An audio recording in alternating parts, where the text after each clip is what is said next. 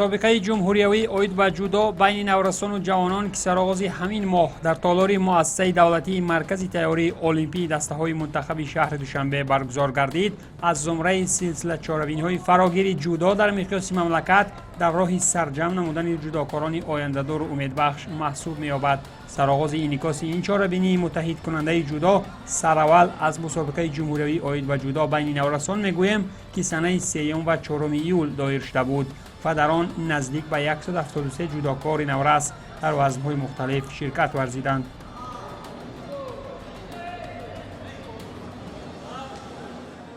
باعث خرسندی است که امروز در شهر دوشنبه مسابقه جمهوریوی اوید و گوشین جودو بین نورسان سن سال 2004 و 2006 برگزار گذاشته شده است.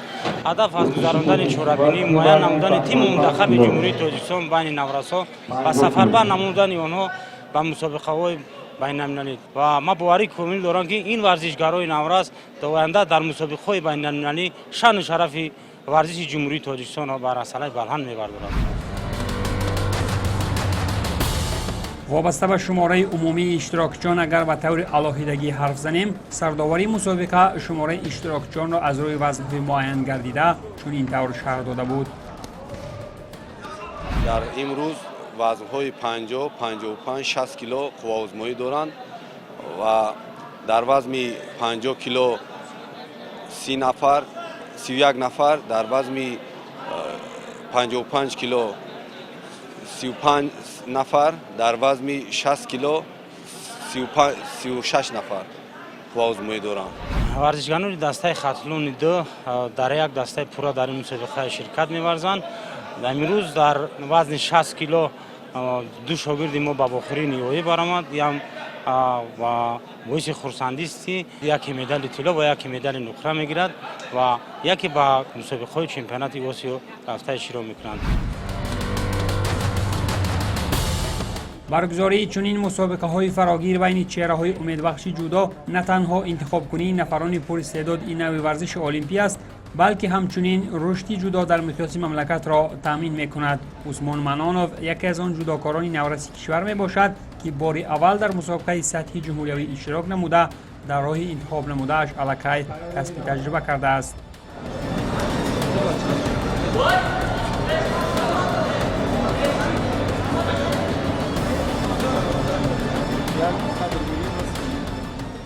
من برای تیار شدن این مسابقه طول 2 ماه مشق کردم و تیاری جدی دیدم.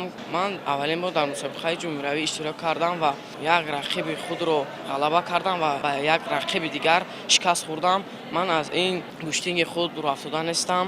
من در آینده میخواهم که ورزشکار خوب جمهوری تاجیکستان شوم. با ادامه سخن سر رقابت‌های ورزشکاران نورس در وزن‌های 50، 55 و 60 کیلو میتوان گفت که در وزن 50 کیلوگرم که 31 ورزشکاران را سرجم نموده بود، شهباز نعمتوف و رجب علی میرولی زاده سزاوار مقام‌های سوم گردیدند.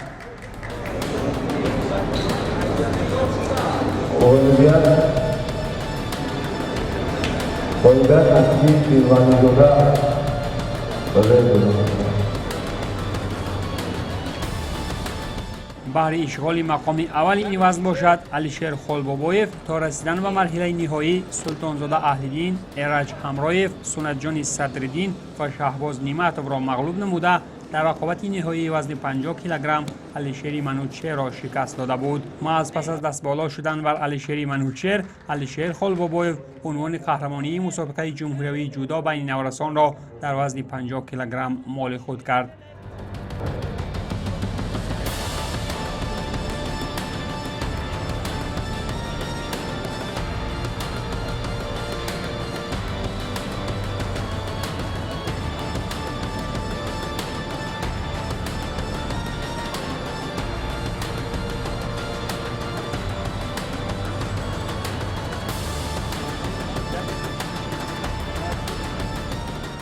مسابقه جمهوریوی در وزن 50 کیلوگرم غالب وزن شدم. در وزن 55 کیلو از میان 31 نفر ورزشکار دو زینه سوم افتخاری نصیب عبدالله کوکنشایف و هلال رحمانوف گردیده بهر اشغال مقام اول افتخاری این وزن مصطفی نورов و احسان سفرزاده به میدان برآمدند. مصطفی نورov که اخیراً در وزن 55 کیلو عنوان قهرمانی را به دست آورد، تا رسیدن به مرحله نهایی فخرالدین شایف، سیاوش فیض‌زاده، عبدالله کوکنشایف و هلال رحمانov را دچار شکست نموده در آخرین رقابت جایزه‌ای خویش از برای عنوان قهرمانی وزن احسان سفرزاده را از پای افکانید.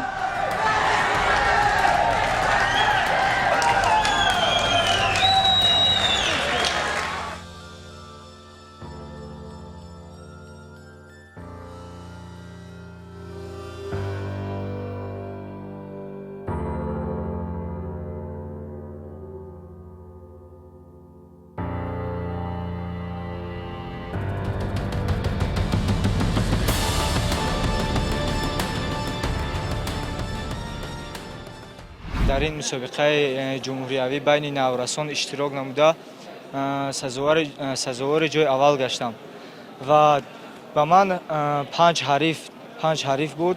در فینال با سفرزاده احسان اشتراک نموده، با او یعنی غالب شدم و با دستگیری استادمان لولاخانов جمشید به این مقام های بلند مرتبه و عالی رسیدیم. آخرین رقابت حل کننده مالکان مقام‌های افتخاری در روز اولی مسابقه بین نورسانی تا 60 کیلو باشد در میان 35 نفر اشتراکچی صورت گرفت. اینجا شهزاد علی جانov و یوسف نوریدینov دو زینه سوم افتخاری را صاحب گشته.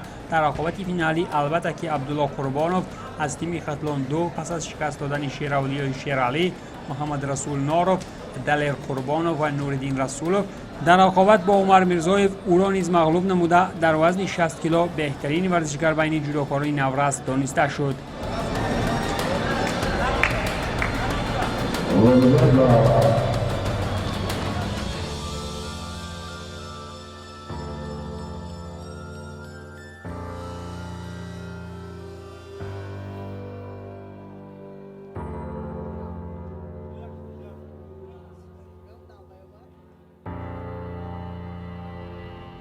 من در این مسابقه جمهوریوی اشتراک کردم و با 6 حریف خود غالب شدم و ششم حریف خود را مغلوب کردم و اثر کلاه وزن میرزایف اومد.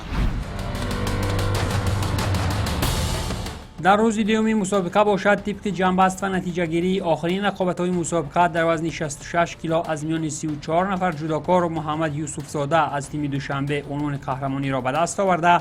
عباس هادی خانov دوم شده بود، در حالی که دو زینه افتخاری نصیب موسی سعدالله‌یف و احسان زین‌الله گردید. در وزن 73 کیلو باشد در میان 21 جودوکار سنت الله میرزایف از دسته دوشنبه با شکست دادن ابرانی بگی جان در فینال غالب وزن دانسته شد. دو زینه سوم افتخاری باشد نصیب موسی خان غنی‌یف و یوسف عمرov از دسته های دوشنبه گردید. در وزن 81 کیلو باشد بختیار غفورov از دسته وستن با مغلوب نمودن داوود نعمتov بهترین جودوکار دانسته شد، در حالی که اهل‌دین مقصودov و بلال مومینov از دسته دوشنبه دو زینه سوم را اشغال نمودند. وزن 90 کیلوگرم مسابقه بین نورسان که همگی 6 جودوکار را در بر گرفته بود محسن ملایف را بهترین اعلام کرد، زمانی که پرویز سبزعلی‌یف را شکست داد. اسکندر میرزا و اسرائیل المرادov دو زینه سوم وزن 90 کیلو را از خود نمودند. در وزن جمعی 90 کیلو که همگی با اشتراک 3 جودوکار صورت گرفته بود پرویز عبدالرحمانov از دسته دوشنبه غالب وزن، باباجان زیایف از تیم خطلان 1 در زینه دوم و امیرجان میرزایف در زینه سوم قرار گرفتند. پس از جنبستی مسابقه جودو بین نورسان باشد طول 2 روز دیگر و یا خود سنه‌های 5 و 6 ایول در تالار مؤسسه دولتی مرکز تیاری المپی دسته‌های منتخب شهر دوشنبه مسابقه جمهوریوی اوید و جودو میان جوانان بین 84 ورزشکار از کل مناطق مملکت برگزار گردید. در رقابت‌ها بر اشغال مقام‌های افتخاری در وزن تا 81 کیلوگرم 9 جودوچی برآمد کردند که از میانشان نفری بهترین سنت الله لایقov از دسته دوشنبه دانسته شد. سنت الله لایقov در راه دسترسی عنوان قهرمانی وزن تا 81 کیلو حسن تشریفov، حکیم آدینایف و در رقابت فینالی مهراب جانزاده مجیب را از تیم سوق دچار مغلوبیت نمود. محض در رقابت فینالی سنت الله وقت اجرایش پرتافت از جانب حریف عکس‌العملی خاصه نشان داده در یک مدت کوتاه مهراب جانزاده را به تخت پشت افکند. گزینه سوم این وزن را باشد حسن تشریفوف از تیم وستنی ولایت مختار کوهستانی بدخشان و حکیم آدینایف از دسته سوق اشغال نمودند. بسیار هم حرکت جالب، بهترین پرتاف بود. فکر میکنم ایپون است. ابتدا از همان حرکت خوب از این حالت خیلی ایپون 100% از من فکر میکنم اینجا کارشناسان هم توجه میکنم به این لحظه. بیاد یک بار دیگر هر دو شانه پهلوان کاملا به تخت پوش است و این مراتب از سنت الله لایق‌زاده از آن فرصت مناسب خوب استفاده کرد. در وزن تا 90 کیلو باشد از میان جودوکاران جوان شماره اشتراکچیان مسابقه جمهوریوی را همگی 5 نفر تشکیل داد که اینجا تویچیوک شریفوف با شکست دادن 3 حریف و اینها هم رحمت الله میرزایف، اسرائیل المرادوف و محسن ملایف می باشند که پس از شکست همه اینها در فینال بهترین دانسته شد. در رقابت فینالی بر مقابل محسن ملایف تویچیوک با یک چالاکی خاصه در نخستین فرصت ها صاحب یک وزر گردیده با نگاهداری 10 ثانیه دیگر به تخت پشت با اصول احصایی کامی به آسانی پیروزی را مال خود کرد. گزینه سوم باشد به مثل زینه یکم و دوم نصیب ورزشکاران دوشنبگی حیدر علی شایف و اسرائیل المرادوف گردیدند.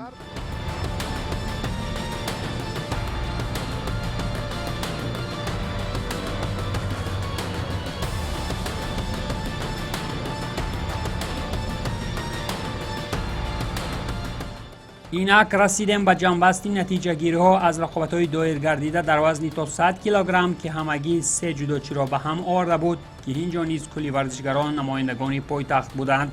در وزن تا 100 کیلو منصور رحمان با شکست دادن هر دوی رقیبان خویش از زمره پرویز عبدالرحمانوف و بهرام حسینوف نفری غالب وزن دانسته شده.